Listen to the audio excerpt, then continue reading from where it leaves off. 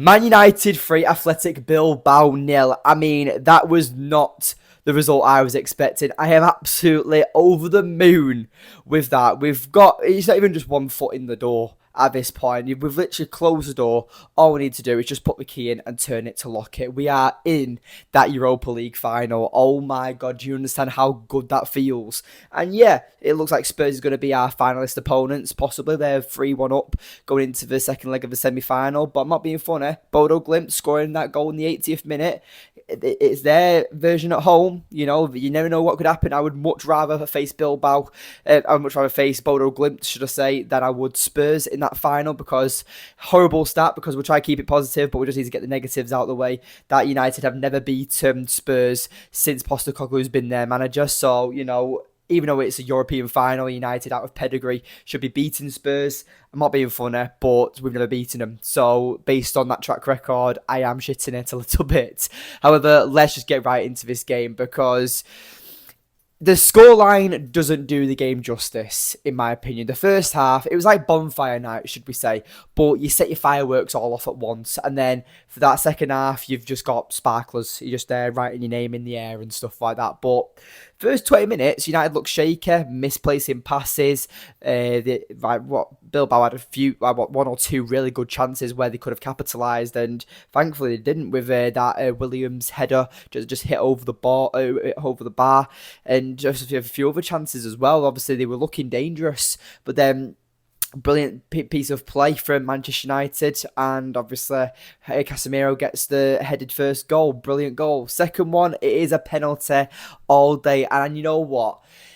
It was almost like karma or justice, should we say, because I thought the referee in the first 20-30 minutes was giving away a lot of, or just letting a lot of things slide, and it confused me a little bit, because Bilbao was smashing into our players. I mean, there should have been at least one or two bookings in the first 20 minutes, but the referee kept it consistent. United started playing a bit dangerous, a bit more physical as well, and things were getting slid as well. I mean, prime example, Amad Diallo, when he came on, I mean, great to see him back, by the way. I mean, you don't understand how important he is towards our final push towards the end of the season.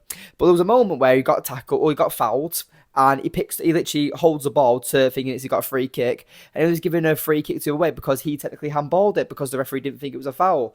That referee was very old school, should we say, but obviously the main talking points from that game was between the 20th and 45th minute, because the fact that United have scored 3 goals in the first half, I know it was against 10 men, but I'm not being funny. We scored 1 when they had 11 men. You got to look at it from that perspective. Have United this season scored 3 goals past the team in the space of the first half? And let's exclude Barnsley in the cup earlier in the season when we won like 7-0 or something. But I just really hope that Amorim knows what he's doing, because it's 2 cup finals left now. We've done one. Right, we've done the hard part. We've gone into their backyard. We've got the win, a very, very, very good win, should I say? But at the same time, you look at it and you're like, anything can happen. Bilbao have nothing to lose. They could come to Old Trafford and absolutely tear us apart. If they get an early goal, then, all they've got to do is score 2 more, and United's heads could drop, and we know what this team's like. Andre Onana's got a mistake in him. The first half was a massive indication that United can, when put under pressure, can make a few mistakes, and quick passing is not what we want to see, because at the start of the next game, they're going to be starting with 11 men. It'll be a reset button, and it just depends how much Athletic Bilbao wants it. But the second half as well, nothing much really happened, did it? Obviously, Bilbao had a few chances. United was still creating as well, but there was no danger or risk. We were quite sensible and, you could say, patient in our build-up playing that second half. It was a bit like a chess match almost. Like I said, it's just like a chess match. Don't need to actually explain that analogy. But man of the match, I mean, who do you want to say? I'm going to say Bruno Fernandes, best player for me, by a mile. Casemiro really showed leadership and composure and obviously leadership today, just pure maturity and experience you saw today. And I'm really happy with Casemiro, and I'm going to make a video actually and talk about Casemiro because I feel like at the start of the season, a lot of fans were saying that get him sold, get him gone. His legs have gone, blah blah blah blah, and that might have been true under Eric Ten Hag.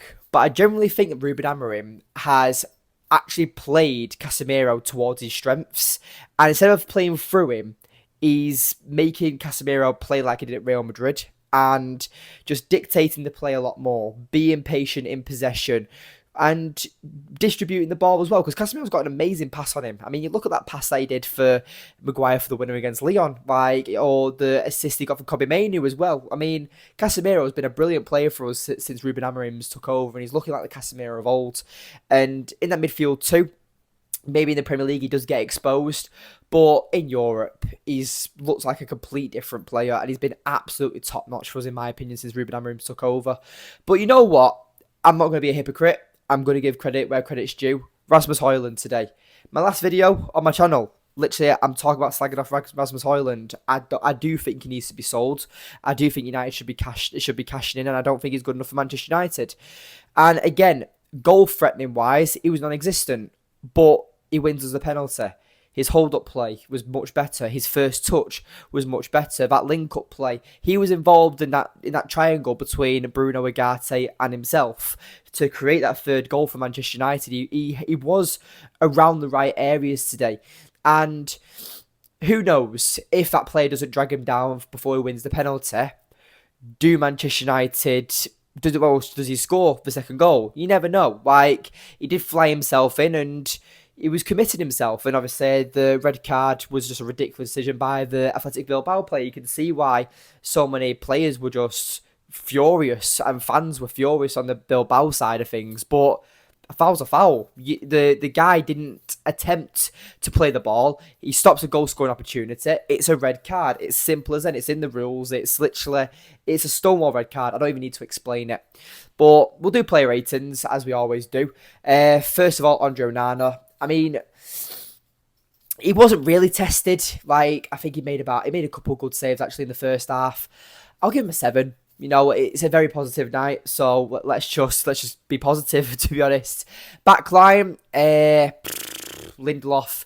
I thought he looked shaky at the start, but then made that very, very incredible block earlier in the first half, which, you know, if Bilbao go 1-0 up and that place erupts, it could have been a complete different result tonight, and they may never have got that red card. United may never have scored. You never know. So Lindelof definitely kept us in it, and you could say he's a massive part of that, so I'll give him a 7 as well. Maguire, I think contender of man of the match for me, was in 8, led from the back. Absolute brilliant for me, and yeah, Harry Maguire, it doesn't matter what he plays as. Centre-back, yes, Amorim, I'll play there. Striker, yes, Amorim, I'll play there. Now right wing as well. That cross he laid off before Ugarte got the assist for Casemiro. Honestly, I don't think any of our players, if I was Garnacho in that spot, I don't think he could have made a cross that precise that would have landed on Ugarte's head, that landed on Casemiro's head.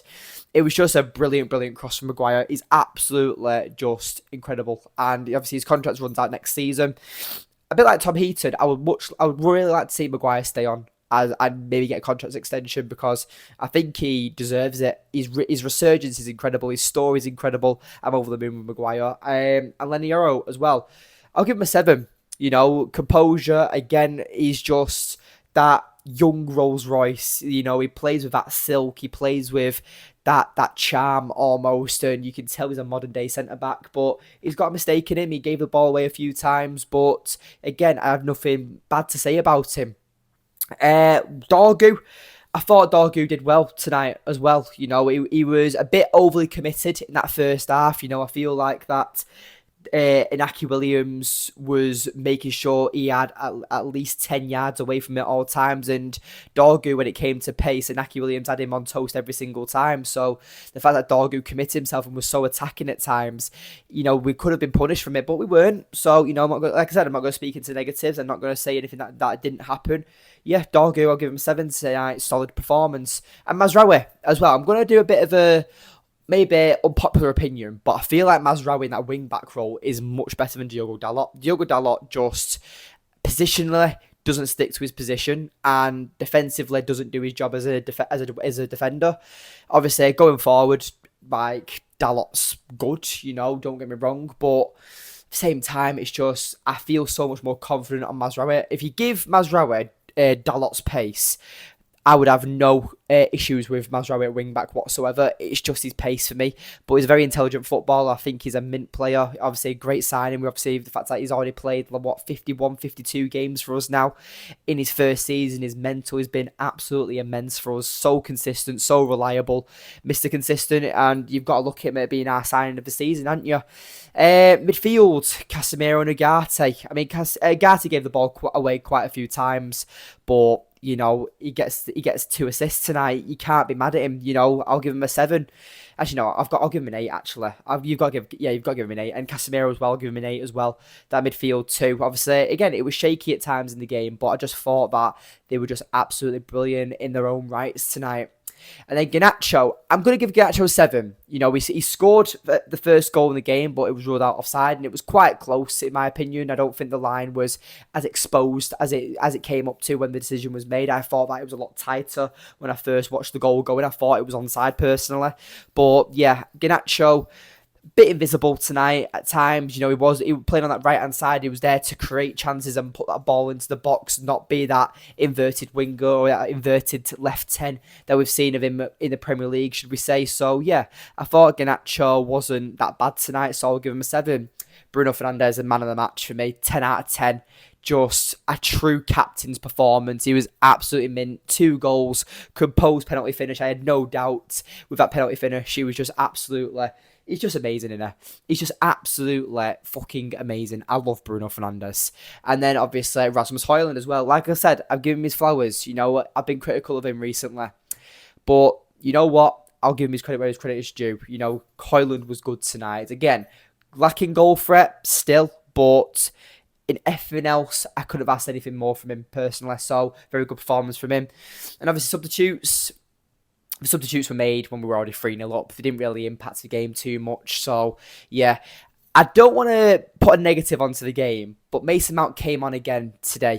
And this is a bit of a concern for me. He got another yellow card. Now, what is it with him getting yellow cards when he comes on all the time at the moment? Now, he's got more yellow cards than goal contributions for Manchester United now. It's getting concerning for me with Mount. And I don't want to put a negative on the game because obviously winning 3-0 in the semi-final is absolutely amazing. But I don't know. Let me know in the comments down below on what you think about Mason Mount. The fact that he's now got more yellow cards than goal contributions for me, it's a bit concerning. I'm not going to lie. But anyway, I'll give him a 6. Luke Shaw as well, 6. But I'll give all the substitutions 6. You know what? Just give them all 6s. But you know what? It's just brilliant to see Amad Diallo. Just before I end the video, Amad Diallo, the fact that he's back, and I thought that he was going to be rusty. I thought that with the way how aggressive Bilbao were with their tackles and stuff, I really didn't want to risk Amad getting injured. But he came on for about the last 10 minutes. He looked composed. His first touch looked classy. The composure that he brought on from outside the area on the right hand side. Was it wing back he was playing at times, or the right 10? He was just playing very wide for me, and he just looked like the Ahmad of old. So hopefully he gets maybe a 30-minute cameo, maybe against Brentford at the weekend. We'll have to see. But Brentford winning as well tonight against Nottingham Forest. Nottingham Forest go down to 6th now. They are definitely bottling European football now, which is mental because they've been absolutely ruthless all season. But Brentford winning 2-0 tonight. Kudos to them. Obviously, we'll be playing them at the weekend. But anyway, thank you for watching. Leave a like on the video, subscribe if you are new, and I'll see you in the next one.